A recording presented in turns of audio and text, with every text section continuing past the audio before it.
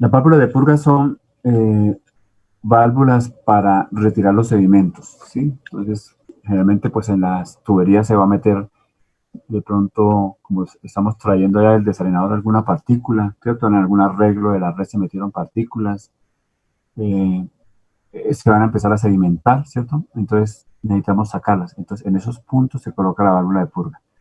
Y digámoslo acá. Usted de pronto tiene una conducción que es de esta manera, sube, baja, ¿cierto? Baja por una montaña, llega aquí a un valle, vuelve y sube.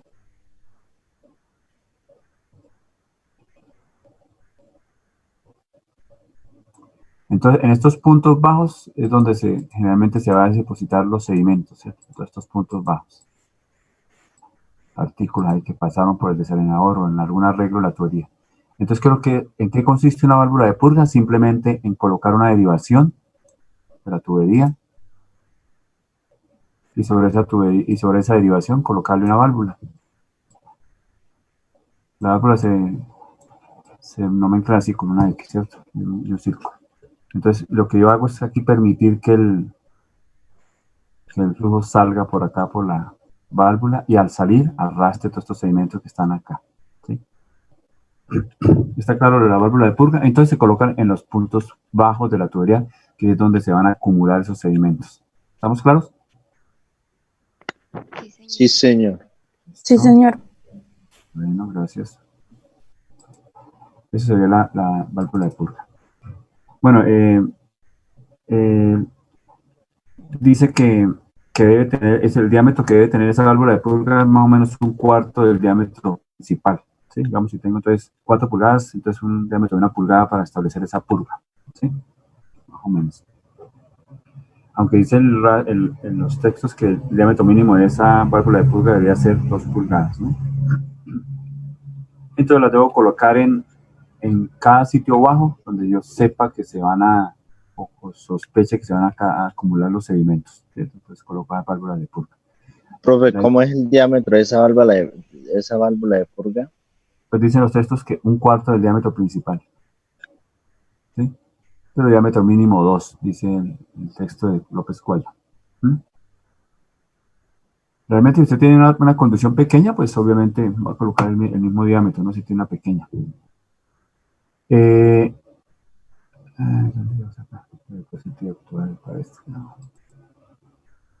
Bueno, el otro elemento son las válvulas ventosas, ¿cierto? Ventosa, entonces ¿qué? Se relaciona con aire, ¿cierto? Entonces, vamos aquí a esta. Entonces, cuando yo tengo, digamos, acá aire, el aire se va a acumular, obviamente va a ser menos denso que el agua, entonces se me va a depositar aquí en las partes altas, ¿cierto? Se va a formar como, digamos así, una bolsa de aire, ¿cierto? ¿Sí? Se va a quedar ahí atrapada, ¿cierto? Porque él no va a bajar, bueno, cuando ahí a veces se arrastran burbujas, pero generalmente aquí se va a generar una bolsa de aire, se va a empezar a acumular ahí y va a formar una bolsita aquí en la parte alta. Entonces ahí es donde debo colocar mi válvula de purga, ¿cierto? Yo coloco una válvula de purga en este punto, ¿cierto? Para permitir que salga ese aire, ¿sí? El problema de mantener aire en la tubería es que me va a quitar área útil, ¿cierto? Y fuera de eso, el aire, como es compresible, me va a complicar problemas de golpe de ariete, ¿cierto? Con sobrepresiones, se va como a volverse elástico, como un resorte, a inflarse y luego a expandirse, ¿cierto? A comprimirse y luego a expandirse, ¿cierto? Entonces, al expandirse me incrementa la onda de sobrepresión. Entonces, el aire, y si no hay problemas de ariete, y si no hay problemas de golpe de ariete, de todos modos, esto va a acumular y va a disminuirme el paso, el área útil del tubo, ¿cierto? Puede permitirme ahí. Ahí puede variar el caudal, ¿cierto? Sí, claro, empieza a variar el caudal, a detenerlo, ¿cierto? Entonces empieza a disminuirme el caudal. Exactamente, ¿sí? Entonces, el aire siempre es un problema en las tuberías, ¿cierto? Entonces, sí, hay que tratar de manejarse bien, ¿sí? Bueno, entonces, ¿qué es lo que nosotros colocamos aquí? Una válvula. Esas válvulas ventosas sí son ya válvulas más, digámoslo así, más complicadas, ¿cierto? Hay válvulas ventosas que solamente son de expulsión de aire y otras que son de admisión. Por ejemplo, cuando yo coloco esta válvula de purga, al extraer agua, genero como un vacío, entonces tengo que inyectarle aire a la tubería, ¿cierto? Para evitar esta situación de acá. Todos conocen los sistemas de ventilación en las instalaciones sanitarias, en las casas. ¿Han Sí, escuchado? Por ejemplo, el sanitario, cuando ustedes desocupan el sanitario, como la descarga es tan grande, entonces succiona el aire, el agua de los sifones, ¿cierto? Entonces eso no se debe permitir porque los sifones son los que evitan que pasen los malos olores al ambiente, ¿cierto? Entonces se coloca una tubería de ventilación que le inyecta aire a esa situación para no permitir el arrastre del agua. Algo similar sucede acá. Entonces pueden haber ventosas con inyección o extracción del aire, ¿cierto? Una manera, una ventosa práctica es esto. Por ejemplo, cuando hay poco presupuesto, digamos que voy a hacer mi propia conducción por ejemplo, para la finca mía o una cabaña, ¿cierto? Listo. Entonces simplemente es colocarle un tubo de una longitud tal que supere la altura de la línea piezométrica. Entonces, cuando el agua pasa por acá, pues, ¿qué hace? Azul, azul. El agua sube, ¿cierto? ¿Y hasta dónde sube? Hasta donde está la línea piezométrica, ¿cierto? Recuerden que las líneas piezométricas la damos en metros, ¿cierto? Por una de agua, ¿cierto? Entonces, hasta ese nivel llegaría el agua. Y aquí quedaría en aire. O sea, entonces cualquier gas por ejemplo, esta bolsa de gas que esté aquí, entonces sube por ese tubo. Bueno, aquí le colocamos una cubierta para evitar y una malla para evitar que le entre mugre aquí a la tubería, ¿cierto? Simplemente. Y entonces permitimos que el aire salga acá, ¿cierto? Sí, sí, sí, está claro el funcionamiento de esa ventosa barata, pero práctica, sí. ¿cierto? Entonces ahí, Profe, ¿y eso se hace en las partes superiores, en las partes altas? claro, porque es que por densidad el aire se acumula en las partes altas. Por ejemplo, aquí no se me va a acumular una burbuja de aire. ¿Qué pasaría si el aire está acá? Se desplaza, ¿cierto? Sube, sube, sube y se desplaza. Y como aquí, digamos, hay un punto de inflexión de la tubería, ¿cierto? En ese punto se va a acumular el aire. Entonces ahí necesariamente debo colocar una válvula ventosa, ¿cierto? Para periódicamente estar permitiendo que salga, expulsar el aire y evitar que me empiece a poner problemas con el flujo, ¿sí? Entonces lo que les decía, una barata es colocar un tubo que sea más largo que la altura piezométrica en ese punto, ¿cierto? Y de esa manera entonces tiene el aire en libertad para salir, ¿cierto? Esa situación. Otra que vi, pero eso sí me causó cuidado, fue en una vaina de riego, un sitio de riego, tienen las tuberías de polietileno, y entonces les tenían esto, en la parte de alta le tenían esto, todos conocen el bambú, las espinas de bambú, ¿cierto? Entonces le tenían pullitas de bambú, entonces simplemente cuando iba caminando el señor le sacaba las pullitas, sacaba el aire y volvía y le colocaba las pullitas. Esas eran las ventosas del sistema de riego, muy práctico, muy barato y ingenioso, ¿cierto? Era una tubería de polietileno. Polietileno son las mangueras negras, ¿cierto? Polietileno. Entonces, esas eran las ventosas que tenía el señor. Entonces, cada cierto espacio llegaba y sacaba las pullitas y las colocaba otra vez ahí. Y sacaba el aire y volvía y se las colocaba. Esas eran las ventosas. Pero generalmente, cuando usted va a hacer una conducción, pues no le va a colocar una espina de bambú, no le compra una válvula ventosa, ya sea de inyección y extracción de aire, ¿cierto? Eso está en el mercado. Bueno, vamos a la otra. Acá.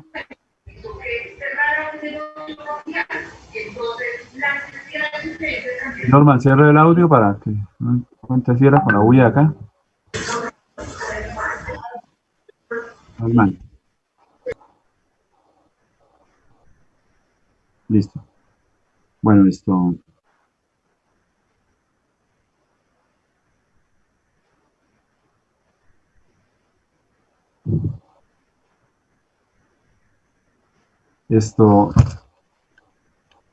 El otro elemento que tenemos en las condiciones son las válvulas de control o corte. Simplemente las válvulas de control o corte, entonces son Vamos a esta pantalla.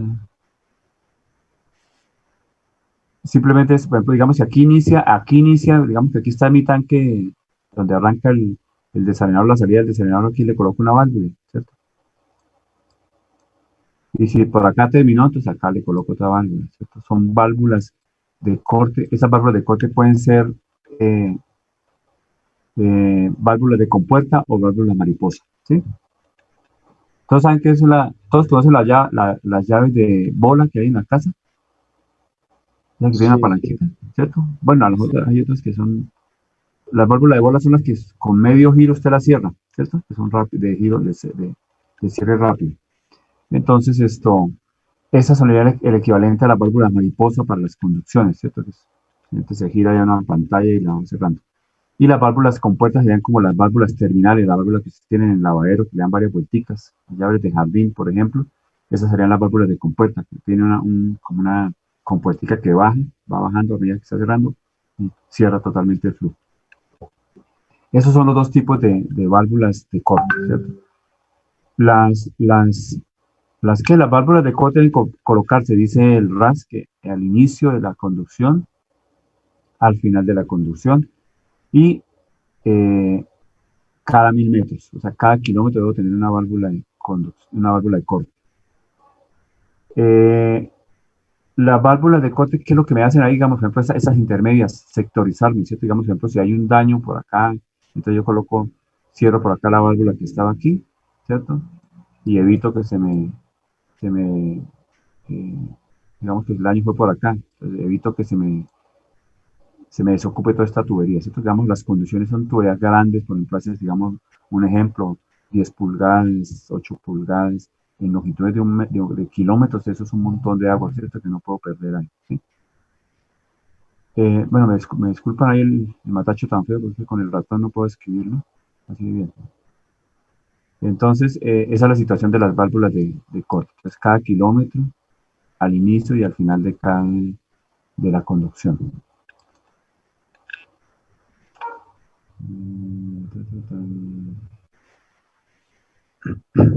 Bueno, otro elemento son las cámaras de quiebre de presión, ¿sí? Cámaras de quiebre de presión. Como lo dice el nombre, es para quitarle la presión. Entonces vamos acá a la pantalla nueva. Borramos este hermoso dibujo. Bueno, hay preguntas aquí sobre la válvula ventosa, sobre la válvula purga de corte. ¿Hay alguna pregunta?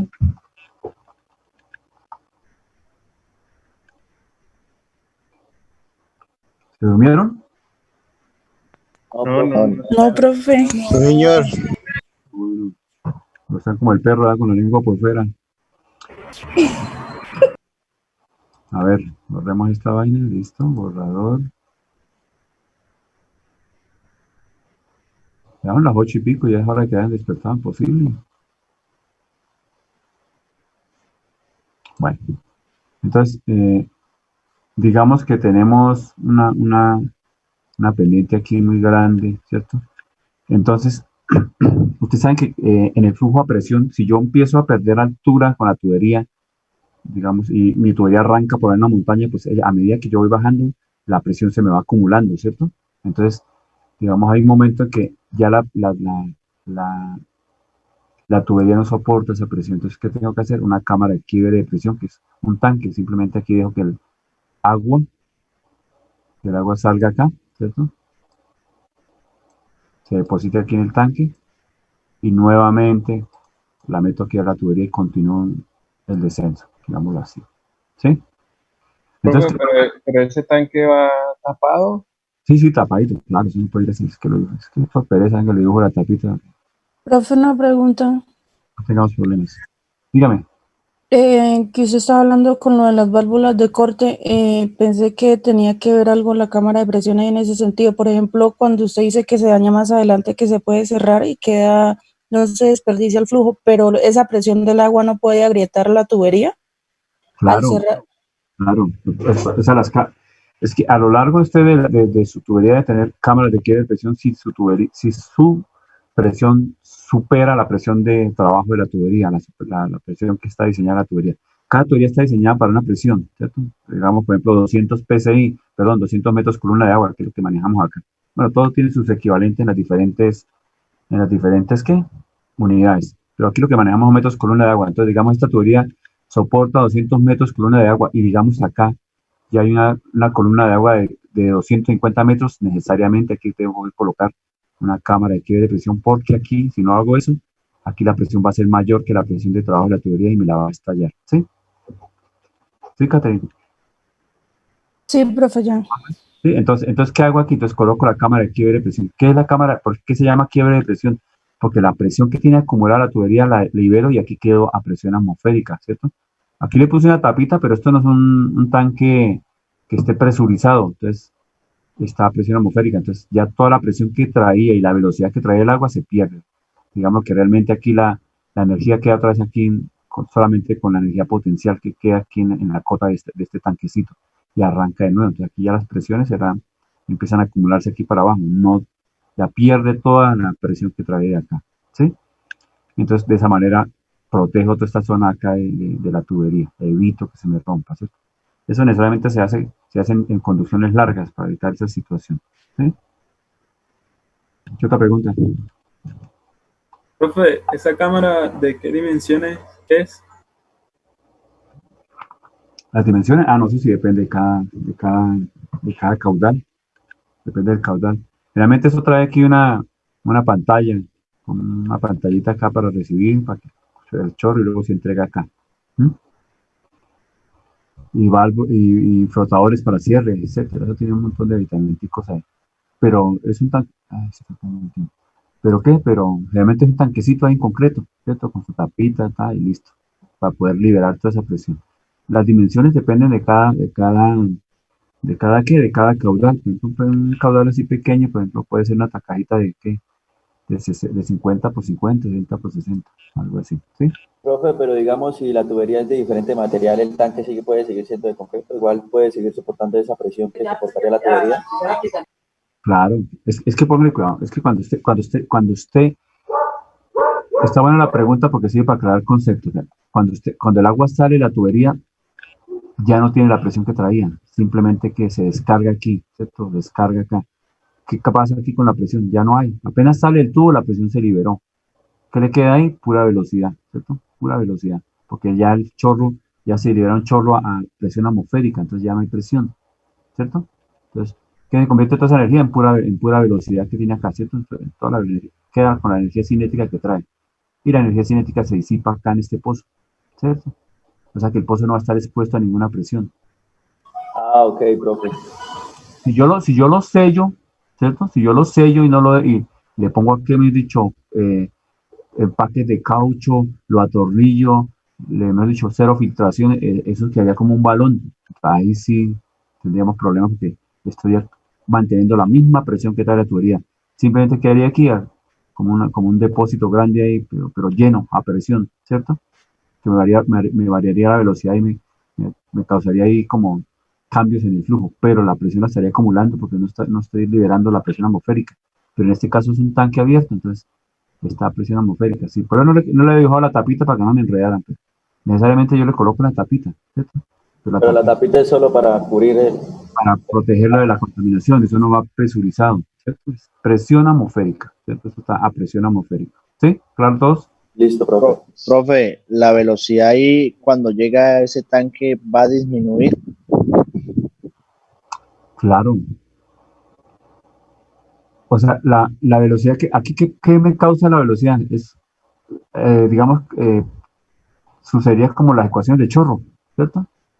Tiene un alcance y ya el agua funciona ahí el chorro cae es como digámoslo así, si la velocidad es muy grande cae como un tiro parabólico, si la velocidad es más o menos, está dentro de las ecuaciones de chorro como un chorro, ¿cierto? Y cae acá y se disipa toda esa energía cinética y de presión. En esto disipo toda esa energía que traía aquí. Entonces solamente me queda energía potencial ahí, ¿sí? Pues Profe, apenas ustedes del tubo tienen un chorro, ¿sí? Sí.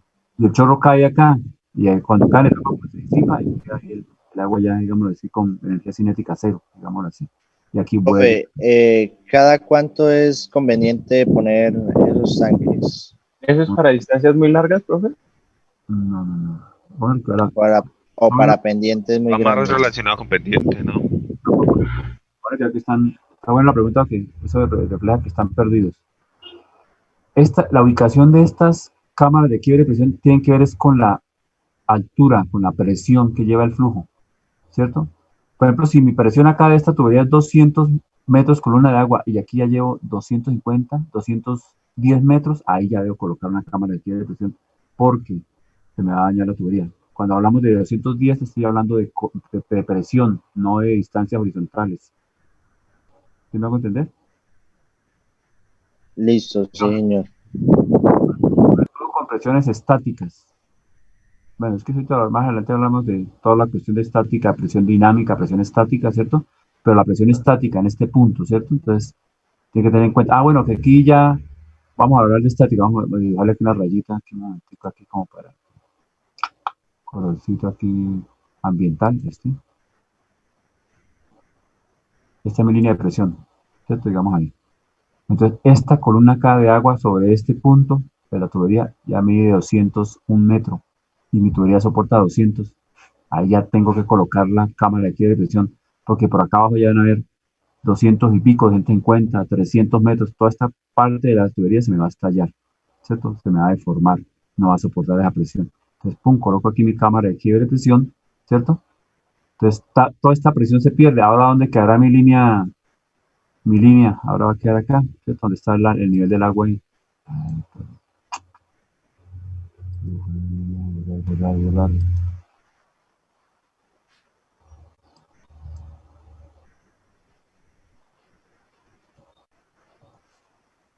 ¿Cierto? Y entonces ahora todo esto va a soportar son estas columnas, este metro columnas de agua que están acá, a partir del nivel de agua hasta acá, ¿sí? Ya la presión bajó, ya no es esta. Si yo no hago esta cámara aquí de presión, entonces ¿cuál sería la presión aquí en este punto este? Toda esta altura, mira, ¿cierto? Que le hagamos esta línea acá. Sería toda esta altura, ¿sí o no? Mira, se le está dañando la tubería ahí. ¿Sí ven el concepto más claro? Sí, señor. Los que están durmiendo, Sí, señor. abren un ojo y miren, ¿sí? No los despierta nadie, gente. Bueno. A ver. Profe, otra preguntita, digamos, ahí cuando el agua después sale de ese tanque, ¿volvería otra vez como a iniciar las condiciones como cuando estaba empezando a entrar a la tubería? Exacto, ajá. Uh-huh. Ah, ok, profe. Claro, porque ¿se acuerdan de Bernoulli? Sí. Sí, claro. Bueno, Bernoulli, ustedes aplican Bernoulli acá entre este punto pues acá en la superficie que va a tener presión cero, velocidad cero, ¿cierto? Solamente Z. Y calculan cualquier punto acá, entonces aquí ya va a tener una velocidad, va a empezar a tener una presión, ¿cierto? Y un Z, ¿sí o no? O sea, apenas entra la tubería, empieza a tomar las condiciones de la tubería, dependiendo del diámetro. Y se calcula la presión, ¿no? Eso lo aclaramos más adelante. Entonces, pero bueno que hicieron las preguntas porque ahí me doy cuenta que estaban como mirando fuera del pote, ¿cierto? Con esta línea de la cámara de quiebre, ¿cierto? Entonces, la cámara de quiebre se ubica no por distancias, está a presión atmosférica, se ubica dependiendo de la presión que yo llevo en la tubería, donde me supere mi presión de la tubería, ahí debo colocar una cámara de quiebre de presión. Bueno, puedo cambiar el tipo de tubería, podría hacer otra tubería más, de un RD más grueso, que de una presión de trabajo mayor, entonces también son costos, ¿no? Es más barato colocar usted una cámara de quiebre de presión que un tanquecito chiquito, que colocar acá un poco de metros de tubería más costosa, ¿cierto? Realmente me va a encarecer eso. Profe, esto, como digamos en la cámara de quiebre lleva flotadores, ¿sí? Sí, a veces ya. Entonces, eso ahí uno podría también colocar una llave de corte, o sea, de cierre. Sí, también sí, hay diferentes, hay diferentes formas. Generalmente sí, ya las válvulas de corte. Sí. Cierres, ajá. También podría ser que uno, digamos, si hay que colocar varias cámaras de quiebre en cada una de esas, podría colocarle la de corte o también, habría que colocar más. Sí, también, ajá. Ah, ok, profe. Bueno, vamos para donde estábamos. Acá. Bueno, eso es la cámara de quiebre de presión. Bueno, esos más o menos son los elementos, los accesorios que lleva una conducción. Bueno, digámoslo así como los atípicos, porque el resto son los típicos. Si usted va a hacer un giro, necesitan codos, ¿cierto? Entonces van a llevar bueno, en esto de conducciones, cuando usted mire, por ejemplo, catálogos de tubería, hay codos de ángulos muy pequeñitos. Creo que hay de 11 grados, de 22 grados, etcétera. Hay diferentes. Si usted ha comprado un ángulo para la casa, un codo de 11 grados, no lo consigue, ¿cierto? Para colocar el agua en la cocina, en un lavaplatos, en un lavamanos, no lo consigue, ¿cierto? Son ángulos de 90 y de 45 grados los que tenemos para las instalaciones hidrosanitarias internas, ¿cierto? Pero para conducciones, si ustedes consiguen codos desde ángulos pequeños, 11 grados, 22, creo que de 11, 22 y de ahí para arriba, ¿cierto? Porque ustedes son tuberías muy grandes, a veces una variación pequeña en un grado me puede estar metiendo la tubería por una zona inestable, ¿cierto? Entonces allá los grados tienen que ser muy bien mediditos, ¿cierto? Para poder ir direccionando mi tubería, ¿sí?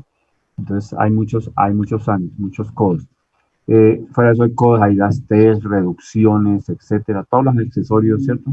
Uniones, toda esa situación que hay, dependiendo del tipo de tubería, ¿no?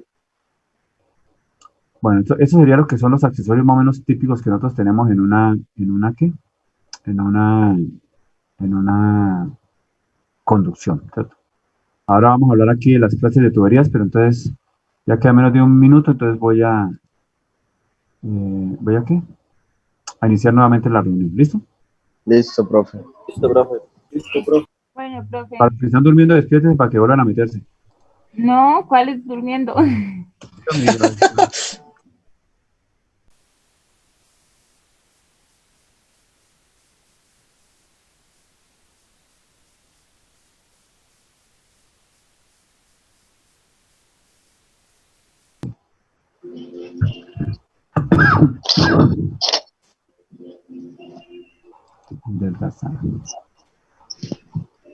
Cuando estábamos haciendo. Bueno, ahora hablemos de la tubería, ¿sí? Entonces, dice aquí, se debe tener en cuenta su presión de trabajo, las condiciones de instalación y el RDE. Longitud, digamos, por ejemplo, para los empates, ¿cierto? Cada tubería, cada tipo de tubería viene en diferentes longitudes, ¿cierto? Por ejemplo, si ustedes compran concreto, las tuberías de concreto son de distancias cortas, longitudes cortas, por ejemplo, 3 metros, finalmente. Hay diferentes tipos de clases de concreto. Bueno, presión de trabajo, ¿a qué presión va a estar sometida la tubería? Entonces, si tengo una presión muy grande, entonces esa presión me la puede soportar una tubería de acero, no una de plástico. Las condiciones donde yo voy a instalar mi tubería, ¿cierto? Un ejemplo, ustedes tienen la tubería va a pasar por una zona de granito, mejor dicho, de cero meteorización. Ustedes no van a comprar una tubería de PVC, ¿cómo la van a excavar en un granito, ¿cierto?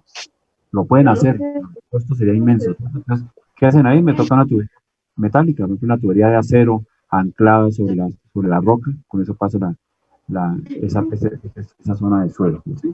Entonces, la tubería tiene que adaptarla a ustedes a su situación de suelo, de producción. El RD, hablemos del RD, venga, digamos aquí.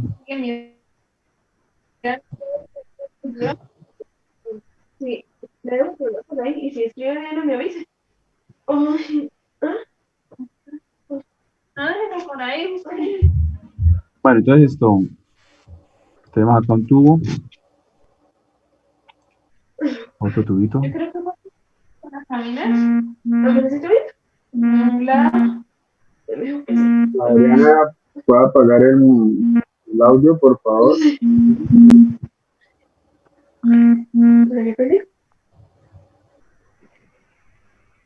Bueno, listo.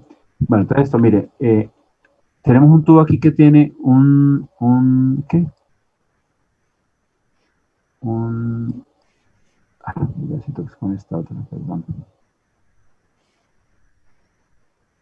Un diámetro D, ¿cierto? Un diámetro D. Y aquí esto sería el espesor, esto es lo que nosotros llamamos el espesor el espesor de la pared del tubo. Entonces, esa relación sería, que nosotros llamamos D sobre E, relación D sobre E, ¿cierto? Un ejemplo, tengo una tubería, por ejemplo,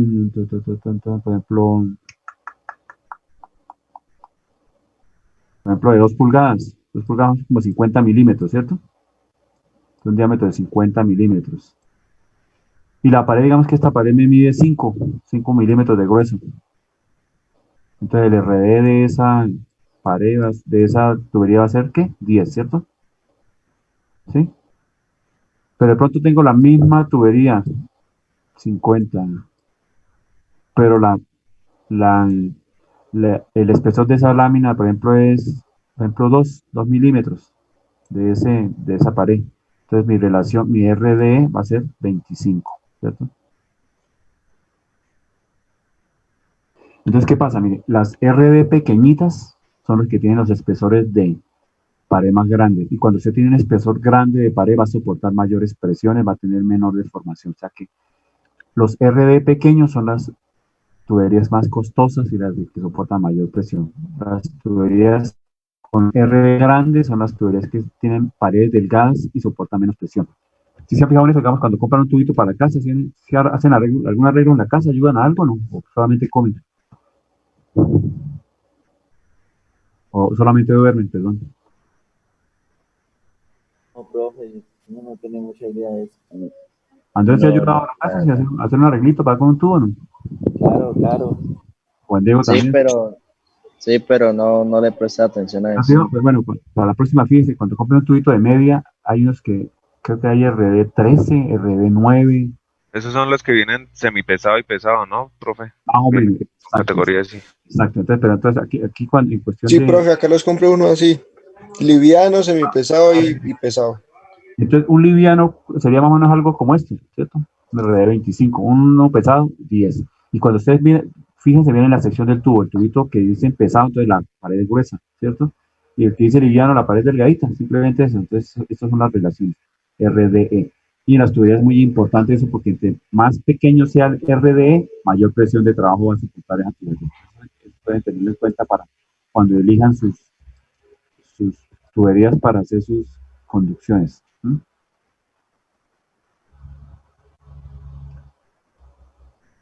Bueno, así no decía para un acueducto, pero digamos en la finca, ¿cierto? Digamos, traer por ahí una conducción para hacer el riego, para el agua para la casa, para hacer tantas cosas, ¿no? Pues me necesito transportar algo y tener en cuenta todo eso. Bueno, entonces ya hablamos del RDE, hablamos de las condiciones del sitio de instalación, ¿cierto? Que depende de eso, yo escojo mi tubería. Bueno, también esos costos, ¿cierto? Costos. Por ejemplo, lo que les decía, si yo paso por un poco de granito, es más costoso excavar en roca que comprarme una tubería de acero y anclarla ahí encima, ¿cierto? Porque fuera de eso si excavo en roca, por eso tengo que también hacer la instalación de la tubería en PVC, entonces también es otro costo más ahí, ¿no? Bueno,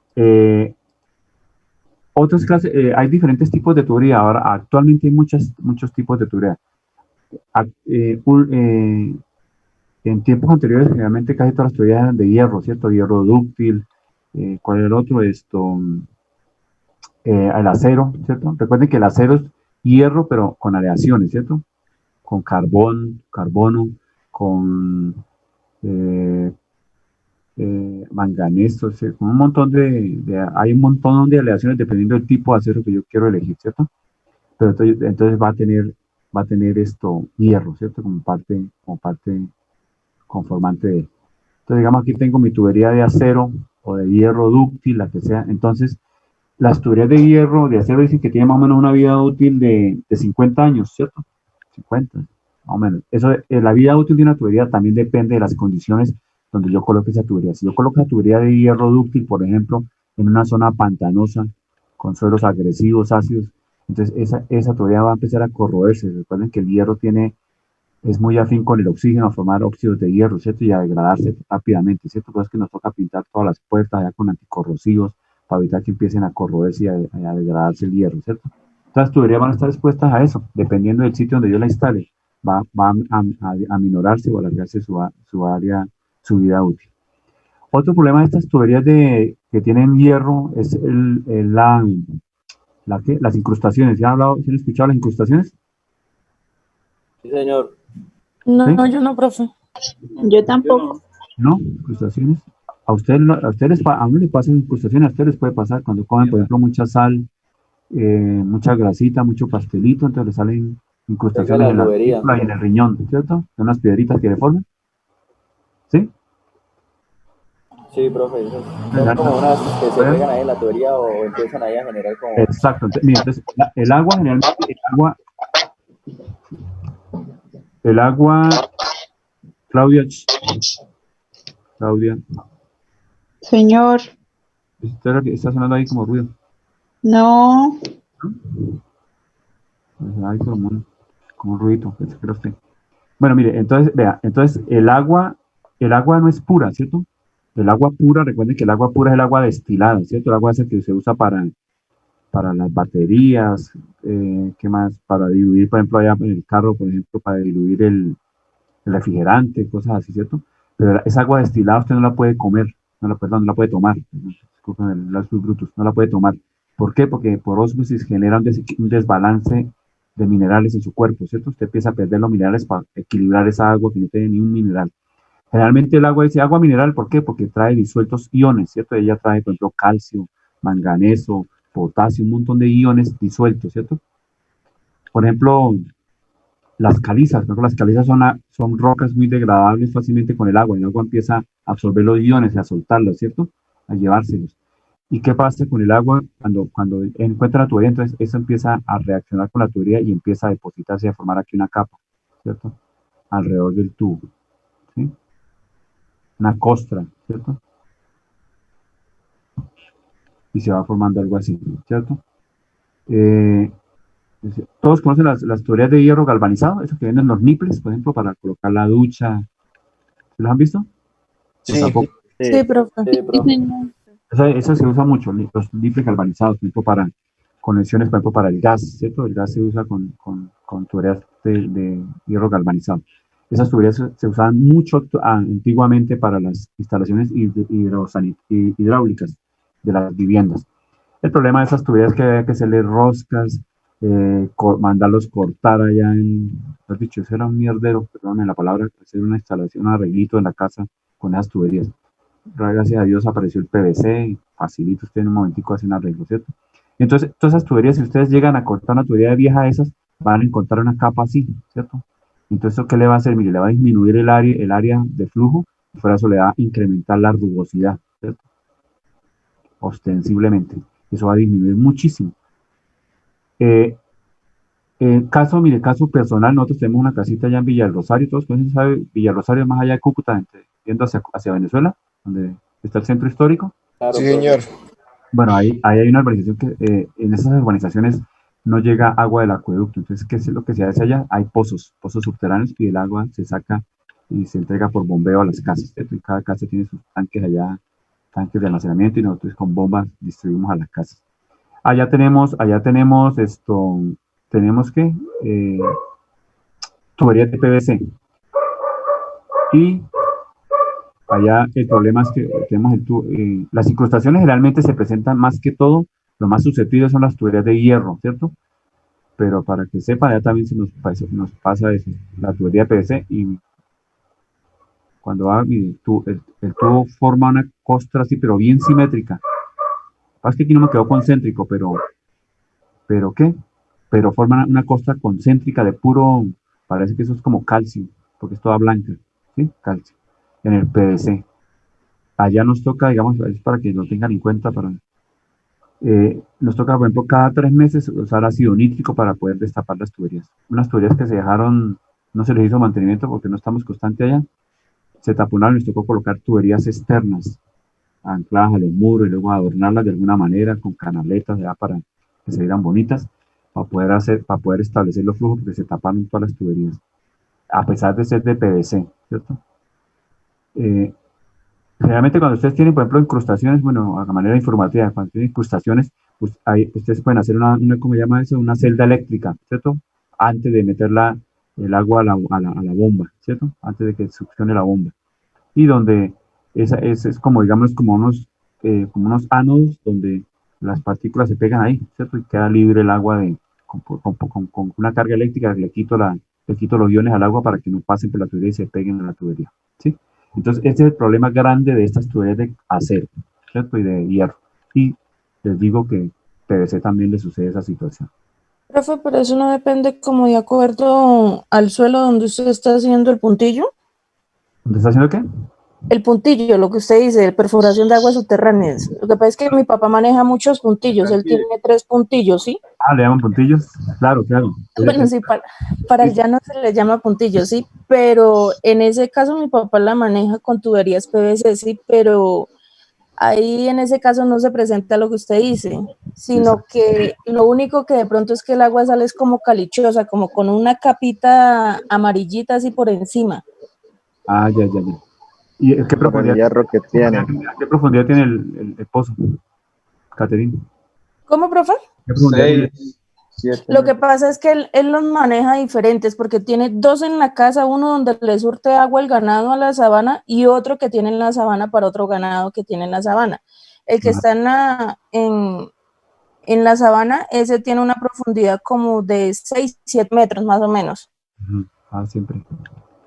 Y el que está en la casa sí es mucho más profundo porque pues no se encontraba agua así tan a la parte superficial y ese tiene como unos 10. Bueno, Pero pues sí. es el de la casa le hace un tratamiento con filtro, claro, por lo que el agua sale así un poco así, sí, entonces pues ese sí se le hace con un sistema de electrobomba, se le hace el tratamiento con filtro y todo. Ah, chévere, chévere. Pero, es que, vea, por ejemplo, de todos esos pozos siguen siendo semisuperficiales, ¿cierto? Digamos, el agua limpia, limpia está, por ejemplo, por ejemplo, para un acueducto tiene que estar para, digamos, 100 metros, 150 metros, son perforaciones ya con toda la técnica, ¿cierto? Digamos, por ejemplo, como son para la casa, pues uno hace perforaciones más pequeñas, ¿cierto? Y entonces el agua más superficial está más expuesta a contaminación, ¿sí? En el caso allá de nosotros, el agua no sale turbia, sale limpia, pero entonces sí tiene lo que usted decía, pues el tipo de suelo, digamos, si el acuífero está cerca, digamos, de zona de calcáreos, obviamente va a tener muchos iones, depende del suelo que donde esté el acuífero, ¿cierto? Eso es lo que le va a aportar los iones. O sea, cada agua es diferente, por eso, ¿han escuchado de aguas duras? Las aguas duras. Sí, profe. Sí, profe. Que traen muchos iones libres, ¿cierto? Y esas son las que nos presentan más problemas en esto. O sea, acá eso va a estar variando dependiendo de lo que dice Caterine, de dónde tomo el agua, de qué sitio lo tomo, del entorno donde está el agua, ¿cierto? De qué minerales, qué rocas están alrededor de qué tipo de suelo están donde está el acuífero, o por donde discurre la escorrentía, ¿cierto? Eso depende de eso. En el caso allá de Villarosario, yo creo que ese, pues no, allá no sé mucho de la geología de esa zona, pero debe ser como calizas, porque eso parece como calcio, lo que se le va pegando. Y es en cantidad grandísima esa vaina. Eso, al PVC se le pega esa situación. Pero todo eso depende de la zona donde yo tome, de las condiciones del agua. Cuando ustedes hacen un estudio del agua, el agua le pueden decir qué trae, ¿cierto? Qué minerales trae, digamos así, en el físico-químico, en el examen físico-químico del agua, ¿cierto? Cuando van a hacer bueno, el acueducto tiene que hacer eso, ¿no? De la fuente, hacerle todos esos ensayos, ¿no? Bueno, entonces, mire, continuando acá, entonces, bueno, ese gran problema de las tuberías de acero, de hierro y en parte también de las otras tuberías, ¿cierto? Pero principalmente las de hierro, las incrustaciones. Las de hierro, entonces, la degradación por la oxidación. Bueno, las tuberías de concreto también dice que tienen una vida útil para de 70 años. El problema de las tuberías de concreto es que son frágiles, ¿cierto? Un golpe, una piedra, si la tengo por ahí expuesta, se me parte, ¿cierto? Entonces, la idea es no tenerlas expuestas. Aquí coloqué esta de asbesto cemento porque aún hay algunos pueblos que tienen tuberías de este tipo, ¿cierto? Pero ustedes saben, el problema con las tuberías de asbesto es el problema del cáncer, ¿cierto? ¿Se han escuchado de que en el mundo se está tratando de sacar ese elemento ¿qué? De las tuberías, de las tejas, de los tanques? Por ejemplo, las tejas de Terni manejan el asbesto cemento. Esas tejas tienen que tratarse porque producen cáncer, yo he escuchado eso. Aquí un cáncer, el gran problema es el asbesto, ¿cierto? Y el asbesto se usa mucho también en la industria automotriz, para lo que son las pastillas de freno, ¿cierto? Pero digamos en lo que es la vivienda se trata que ya, por ejemplo, ya ustedes ahora ya no ven esos tanques, aún hay, ¿se han visto por ahí tanques de esos de Terni? Esos asbestos, ¿cierto? Eso ya está, eso ya no sé, ya en el mercado ya salen, ¿cierto? Ahora son puros tanques plásticos, las tejas también las sacan, ya mejor tejas de otro tipo. Entonces, las nombro ahí porque aún existen las tuberías. Esas tuberías son frágiles, tienen la fragilidad igual del concreto. Con el tiempo se van volviendo más frágiles. ¿Sí? Aquí en Pamplona, cuando hicimos el plan maestro, encontramos aún tuberías de estas, de esto. PVC. PVC, digámoslo así, es como esos perros, no los puedo mandar callar, qué pena. Las tuberías de PVC son las tuberías, como digámoslo así, como el boom, ¿cierto? Las tuberías más prácticas que hay actualmente, ¿cierto? Aunque están saliendo otras tan nuevas, ¿cierto? El PVC es el polivinil cloruro, ¿cierto? Y son las tuberías que nosotros usamos en la vivienda, ¿cierto? En las casas, para la red sanitaria, para la red potable, ¿sí? Que son muy prácticas, son fáciles de instalar, son livianas para transportar y además son muy resistentes a los ácidos, ¿cierto? Y no se corroen, allá por ejemplo no le pasa lo del hierro, ¿cierto? Pero sí tienen cierto problema con incrustaciones. Pues, realmente yo me enteré fue allá en la casa, realmente pensé que no se le incrustaban las cosas al PVC, porque generalmente uno ve las incrustaciones en las tuberías de hierro, pero sí también sufre incrustaciones, ¿sí? El PVC hay de varios tipos, ¿no? Actualmente hay el PVC biaxial, que es la manera estructural de las moléculas que tiene el PVC y que genera menos pérdida, porque el coeficiente de fusión es mucho más bajo, ¿sí?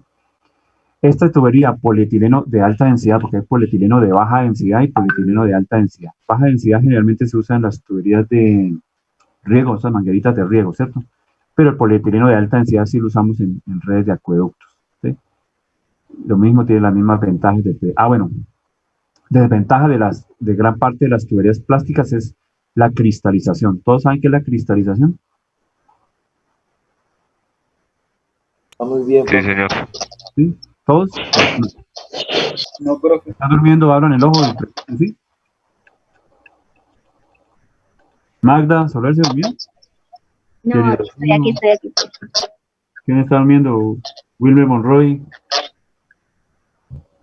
No, Bueno, profe, yo casi no me acuerdo. Juan Diego está parece que sí. Bueno, el problema de la cristalización es que cuando se deja expuesto el PVC, cuando coloca un tubo, lo deja al sol, empieza a absorber los rayos ultravioleta, empieza a deteriorar la estructura del PVC. ¿Qué pasa con el PVC? Se ven que se pone como, por ejemplo, los tubos de amarillo, los de sanitarios son los amarillos. Con el tiempo el tubo se va poniendo como casi blancuzco, ¿cierto? Y si usted digamos, pasaron unos 3 años, el tubo al sol, usted le pega un golpe y empieza a fisurarse como si fuera de vidrio, empieza a volverse frágil, ¿sí? Porque el tubo de PVC no es frágil, él se deforma, cuando un golpe se deforma, pero no hace parte, ¿cierto? Pero ya Sí, profe, sí, ya eso pasa. Cuando se cristaliza, exacto, entonces cuando se cristaliza, ¿qué pasa? Usted le pega un golpe y ya se parte como si fuera de cerámica, entonces se daña el tubo. Entonces, las tuberías de PVC no pueden ser expuestas, no puede llevar usted una tubería PVC superficial, ¿cierto? Ya que voy a pasar aquí por el parte que me apareció granito, entonces pongamos el PVC por encima, no. Lo puede colocar, pero tendría que hacer ¿qué? Ponerle un recubrimiento, y aquí usted sabe que aquí las cosas son... Uy, Junior, llegó Junior para despedirse. Espero que saludemos a Junior, que tenemos el honor de saludar a Junior. Junior. Sí, profe. Buenas noches, Junior. ¿Llegó a despedirse? No, profe, es que estaba viajando anoche. ¿Usted viajó? ¿Y Lilibet? ¿Usted viajó con Lilibet? No, no, señor. Junior Díaz. ¿Hacia dónde viajó, Junior? Me dirigí de Cúcuta a Pamplona. Aquí nomás. Pensé que había viajado por el Putumayo. No, no, señor. Ay, qué viaje tan largo, ¿verdad? Que llegó tan tarde, no sé, tantas horas de viaje. Disculpemos a Junior por el viaje tan largo. 8 horas de viaje. Junior, trate de llegar más temprano a las clases. Listo. Listo, bueno, profe. Entonces, entonces, ¿qué hablamos? De la cristalización, se me perdió el hilo. ¿En qué íbamos? Que por la luz y todo eso, la tubería se iba volviendo blanca. Exacto. Entonces pueden colocar esas tuberías superficialmente, pero tienen que darles un tratamiento de protección. ¿Y cuál es el problema de aquí, de las cosas? Que listo, instalaron, arreglaron la tubería, le pusieron la protección y allá la dejaron abandonada. Nunca vuelven a hacerle un mantenimiento. Ese es el problema de esta situación, ¿cierto? Usted tiene que, siempre que hagan algo, proyectarlo a largo plazo, duradero. No, sí, eso hay que pintarlo, cada año venimos y lo pintamos. Esto no sucede, esto no va, ¿cierto? Realmente no, a veces no hay ni presupuesto en los municipios porque los roba el alcalde. Ahora van a estar cada año ya manteniendo. Eso es el problema de este país, ¿cierto? Entonces, generalmente el PVC no lo coloquen expuesto. Sí se puede colocar expuesto, pero hay que colocarle una pintura y colocarle una pintura reflectante, como por ejemplo el alumol. ¿Todos saben cuál es el alumol? El que se coloca en las terrazas, que es como, parece como metal, para que refleje el sol. O implementarle una cubierta, ¿sí? Bueno, el polietileno de alta densidad, este polietileno, la ventaja del polietileno de alta densidad es que viene tuberías largas, vienen hasta rollos, por ejemplo, cuando son diámetros pequeños en rollos, y se hacen tendidos muy largos de tubería, ¿cierto? Esta tubería poliéster es más nueva, poliéster con fibra de vidrio, de tubos de hasta 12 milímetros, de 12 metros, perdón, ¿cierto? Híbridas, aquí hablamos de híbridas, por ejemplo, hay concreto con anillos plásticos internos, con anillos de acero, etcétera. Hay mezclas de varias, entre ellas se mezclan unas con otras, ¿cierto? Entonces, tenemos estas híbridas. Bueno, esas más o menos son las tuberías que tenemos ahí en el mercado, ¿sí? ¿Preguntas? Profe, ¿cómo es el nombre de la pintura? ¿Pintura alumol? Ah, sí, el alumol es tipo de alumol es como que cuando se hacen esas impermeabilizaciones en terraza, al final se le echan el alumol, que es como algo que parece metálico, parece como plateada, ¿sí? Para que refleje el sol, para que no absorba los rayos ultravioleta. Bueno, bueno, esta sería terminamos esta, hablamos la nueva. ¿Qué va a decir? Bueno, entonces ya hablamos ahí de lo que es en sí que la conducción, los accesorios que tiene, por dónde pasa. Entonces ahora hablemos de las especificaciones de diseño. Bueno, aquí estas especificaciones de diseño, digámoslo así, es una mezcla de algunas normas que están en la 330, otras del RAS 2016, ¿cierto? Recuerden, les repito, la nueva norma deroga, lo que esté en la nueva norma deroga la anterior. Si no está allá, sigue manteniendo la anterior, ¿cierto? Entonces, bueno, caudal de diseño, sí, caudal máximo diario, lo dice la resolución 330 en un cuadrito que está para todas las estructuras del acueducto. Máximo diario, ¿no? La velocidad mínima, 0,5 metros sobre segundo, también lo dice la resolución 330, también lo dice el RAD 2016. Y dice acá, si hay condiciones para crecimiento de biopelículas, la mínima será 1 metro por segundo. ¿Todos saben qué es biopelícula? Sí, de microorganismos adheridos a la pared del tubo. Ajá. Bueno, entonces cuando ustedes tengan, por ejemplo, de los estudios físico-químicos allá del agua que hagan de la fuente, entonces van a saber, no, esto tiene mucho manganeso, tiene tantos mineralcitos, tiene tal cosa, entonces está propensa a que forme biopelículas, ¿sí? Entonces, es bastante que me olvide. ¿Quién de los que no hayan nombrado, a ver si ya llegaron? Libre, no. Yolman Yair Rubia, ¿no está por ahí? Sí, claro, profe. Bueno, Yolman. Caterine Vanegas. Catherine Vanegas, ¿no vino? Me paré hoy. Bueno, entonces solamente falta, Lidia está viajando, solamente faltaría Catherine.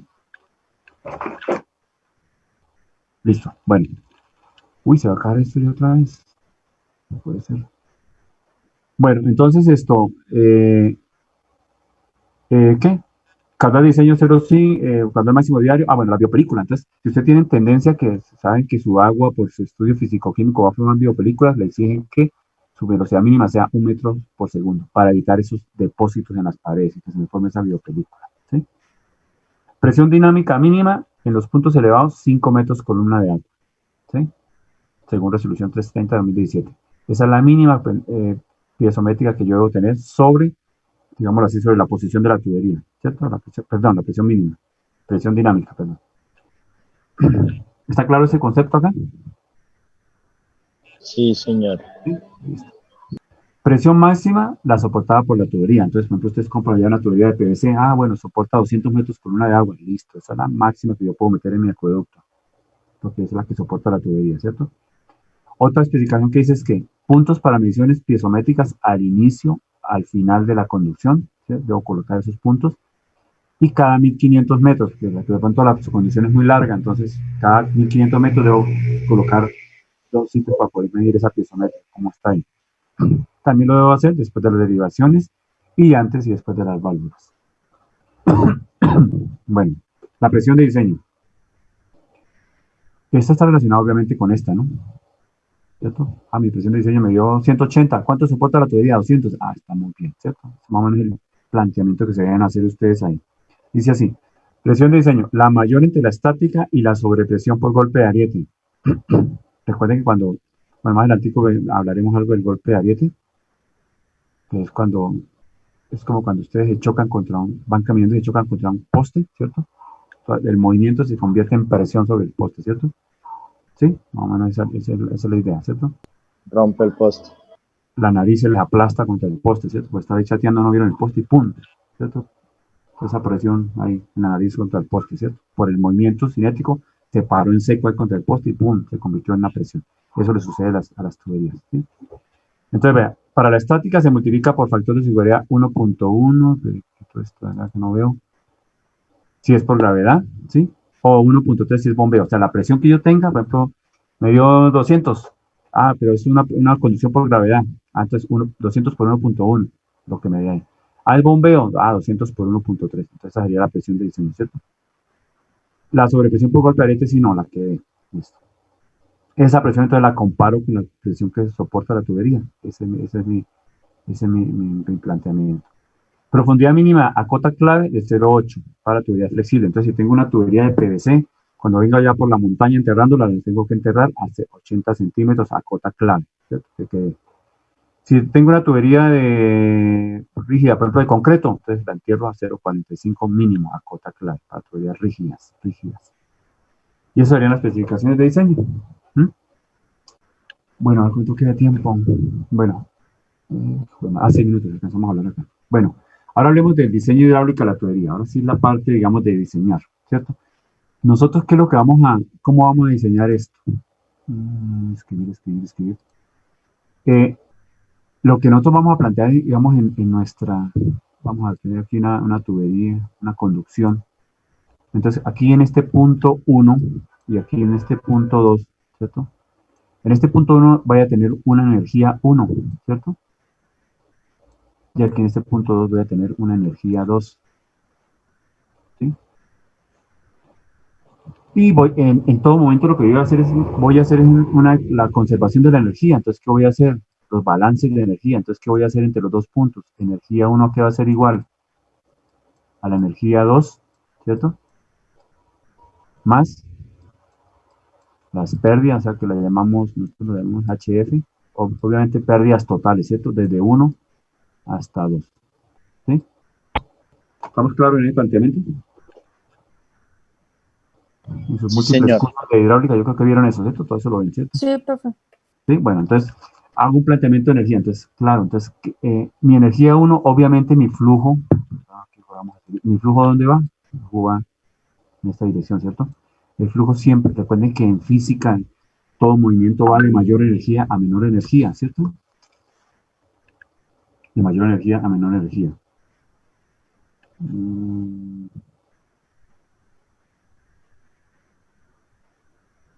Está bueno la que enviaron aquí, tanque de asbesto cemento, sí. Sí, esos tanques son los tanques de Termin que habían antes. Una foto de un compañero envió ahí, sí.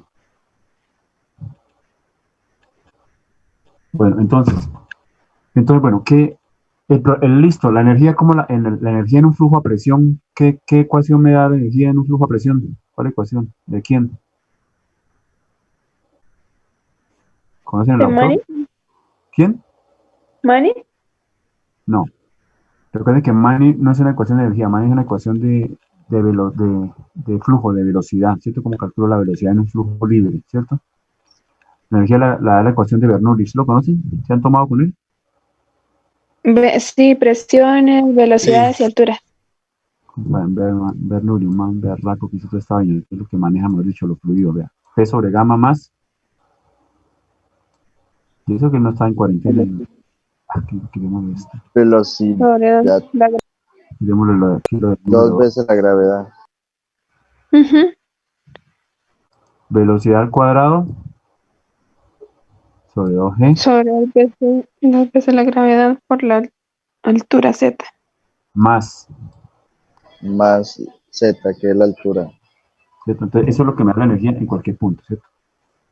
En cualquier punto. Entonces, con esta ecuación yo conozco que, por ejemplo, mi energía en 1, ¿cierto? Esa energía que la igualo a la energía en 2, que va a ser algo similar porque estoy en un mismo flujo a presión, ¿cierto? Durante toda la conducción voy a tener flujo a presión, ¿cierto? No voy a cambiar a no ser que sea algo extremo, pero voy a poner aquí un canal aquí para que se vea bonito el agua en esta zona, pero eso no se permite en conducciones, ¿no? Entonces aquí voy a tener la misma ecuación, claro, con sus condiciones acá de presión, de velocidad, de Z. El término mamón acá es este, ¿cierto? ¿Cómo calculo esas pérdidas, ¿cierto? Que se dan desde que yo paso de 1 hasta 2, ¿cierto?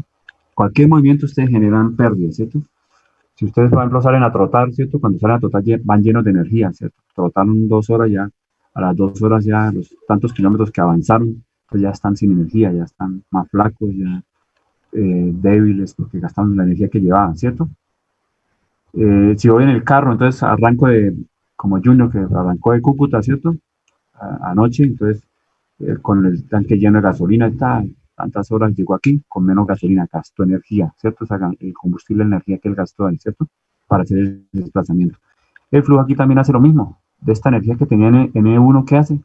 Pierde un poco de energía para llegar al nivel de energía de 2. ¿Y cómo la pierde? Con estas pérdidas. Y la manera de evaluar esas pérdidas son estas ecuaciones, ¿cierto? En el flujo hay dos maneras de tener las pérdidas. Una son las pérdidas por fricción dentro del tubo, ¿cierto? En el avance del tubo, y otras son las pérdidas localizadas en cada accesorio, en una válvula, en un cruce, en un codo. Esas son las pérdidas puntuales, ¿cierto? Y las pérdidas por fricción que se generan a lo largo de la tubería. Entonces, para eso el RAS nos permite esta ecuación, la ecuación de Darcy-Weisbach, que es la ecuación, digámoslo así, es como la chacha de todas las ecuaciones para el cálculo de pérdidas. Aquí me quedó mal, es que esto se me quedó montada la imagen sobre esto. Bueno, la ecuación dice HF es igual a F por L sobre D por P al cuadrado sobre P, ¿cierto? L es la longitud de la tubería en metros, D es el diámetro de la tubería en metros, F es el factor de fricción, HF son las pérdidas por fricción, hablamos de pérdidas por fricción, no estamos hablando de pérdidas localizadas, simplemente pérdidas por avance del flujo en la tubería, ¿sí? Entonces, y ve la velocidad que está en esa tubería, ¿cierto? La velocidad que tenemos. La ecuación se ve sencillita, listo, la longitud, el diámetro, la velocidad, sí, tengo el diámetro, tengo la velocidad, entonces, el problema es el bonche este F, ¿cierto? ¿Cómo calculamos ese F, ¿cierto? Entonces, ese F sucede que si tenemos, se acabó la clase, ¿qué hora es? Bueno, a ver, paramos acá. Borremos.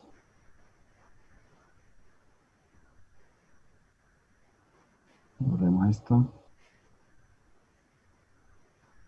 Profe. Dígame. O sea que si son pérdidas por fricción, ¿no se calculan las mayores y las menores? ¿A cuál llama mayores y a cuál llama menores? No sé, porque pues por lo general cuando uno hacía esos cálculos, ahí le decían que primero teníamos que calcular los pérdidas.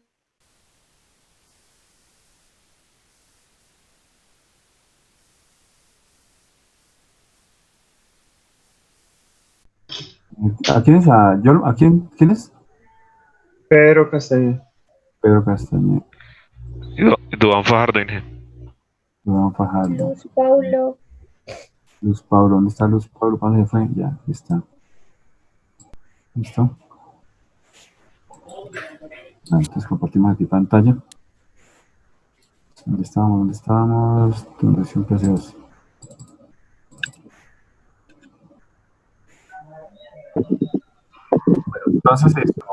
Entonces aquí, bueno, hablamos, estamos hablando de las pérdidas mayores y pérdidas menores. Me imagino que las pérdidas mayores son las que ustedes las llaman mayores a las de fricción, ¿cierto? Las que afectan por fricción a lo largo de toda la tubería, y las pérdidas menores son las pérdidas localizadas, ¿sí? ¿Sí sería algo así? ¿Patrón? Sí, las pérdidas menores serían la de los accesorios, ¿no? Sí, exacto, pero esas son más fáciles. Que decía ya es esto, pérdidas por fricción y pérdidas por accesorios. Exacto, lo Son mismo. esas dos. Exacto, ya las dos, sí. Entonces, las pérdidas por accesorios, esa es la menos complicada, esa es la más fácil. Eso es pura materia, pura carpintería, sumarle el codito, que la reducción, que la válvula, que la T, mirarle cada accesorio tiene su equivalente para la pérdida, ¿cierto? Bueno, pero entonces el problema realmente es la pérdida, como usted la llama, mayores o las pérdidas por fricción dentro de la tubería. Entonces, usamos la ecuación de Darcy-Weisbach, por ejemplo. Entonces, el problema acá es el F, ¿cierto? El F, entonces el F, si el flujo es laminar, es decir, si el número de Reynolds es menor a 2000, el factor de fricción será F igual a 64 sobre Reynolds, facilito, ¿cierto? Entonces, calculo Reynolds y ya tengo el factor de fricción y lo coloco aquí en la ecuación y tengo las pérdidas. Si el flujo es turbulento, entonces cuando Reynolds es mayor a 4000, entonces ahí sí viene el problema. Entonces usamos la ecuación de White-Colebrook, ¿se llama? ¿Sí, no? Esta ecuación. Ay, perdón. Colebrook, ¿cierto? La ecuación de Colebrook. Donde el F está inmerso acá. Entonces no lo puedo sacar así de fácil, ¿cierto? Me toca hacer una iteración en la ecuación de Colebrook, ¿sí? En esa ecuación 1 sobre raíz de F es igual a menos 2 logaritmo en base 10 de K sub S sobre 3.7D más 2.51 dividido entre Reynolds raíz de F. Entonces es difícil sacar ese Reynolds, eso lo puedo. Me queda como, podría hacer esto. Entonces, en esa ecuación, ahora ya,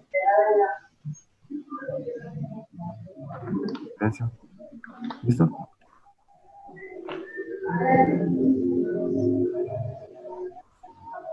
Entonces, ¿qué tenemos acá? Entonces, en esta ecuación K sub S es la rugosidad absoluta de la tubería, ¿sí? F el factor de fricción, que es el meollo del problema ahí, D el diámetro de la tubería y R el número de Reynolds, ¿cierto? Cuando nosotros estábamos con Darcy-Weisbach y Colebrook, entonces, ¿qué nosotros hacemos? Nosotros tenemos el caudal. ¿Qué vamos a hacer nosotros? Vamos a asumir unos diámetros, asumimos los diámetros, ¿cierto? En el proceso iterativo también podemos asumir unos Fs, ¿cierto? Y vamos con las ecuaciones irlas equilibrando con puras iteraciones. Eso es lo que hacemos con Colebrook, ¿cierto? Con Darcy-Weisbach, ¿cierto? Parten del diámetro asumido, ¿cierto? El número de Reynolds, aquí está, mire, Reynolds igual al ρ por la velocidad por el diámetro sobre el μ, ¿cierto? Ρ la densidad del líquido, del agua, de la velocidad en metros sobre segundo, del diámetro en metros, y μ la viscosidad dinámica del fluido en pascales por segundo. Aquí tenemos la tabla de estas son tablas del RAS, mostramos la densidad y la viscosidad del agua según la temperatura. Entonces, generalmente uno dice a 4 o 5 grados, 1000 metros, 1000 kilogramos por metro cúbico la densidad que tomamos necesariamente para el agua, ¿sí? La viscosidad a diferentes temperaturas.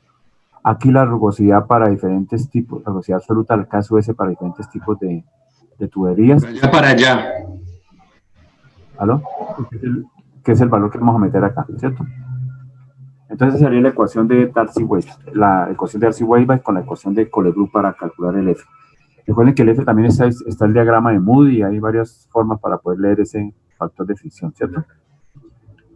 El problema con esta ecuación es que es iteración, tienen que hacer iteraciones para poder balancear las ecuaciones, ¿cierto? Es lo que tienen que hacer acá, ¿sí? Como cuando salió, acá, a darle la cara. ¿Me ponen la cámara a ver si están despiertos? Bien, Caterín,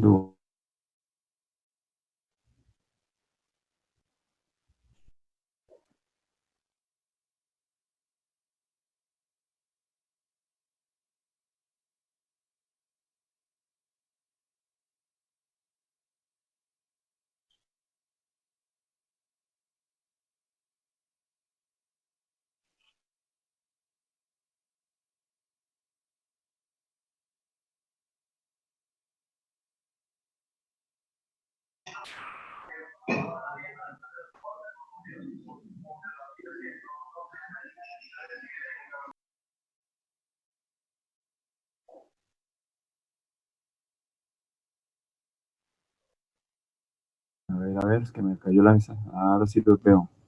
Yuri Valentina, ¿estás viendo? Allá, León. Bien. Alejandro, bien, cuidándose con el COVID, bien. Magda se despertó muy bien. Por acá. Caterina. Luz Pablo, ¿qué? ¿Está durmiendo? Daneris. No, profe, aquí estoy.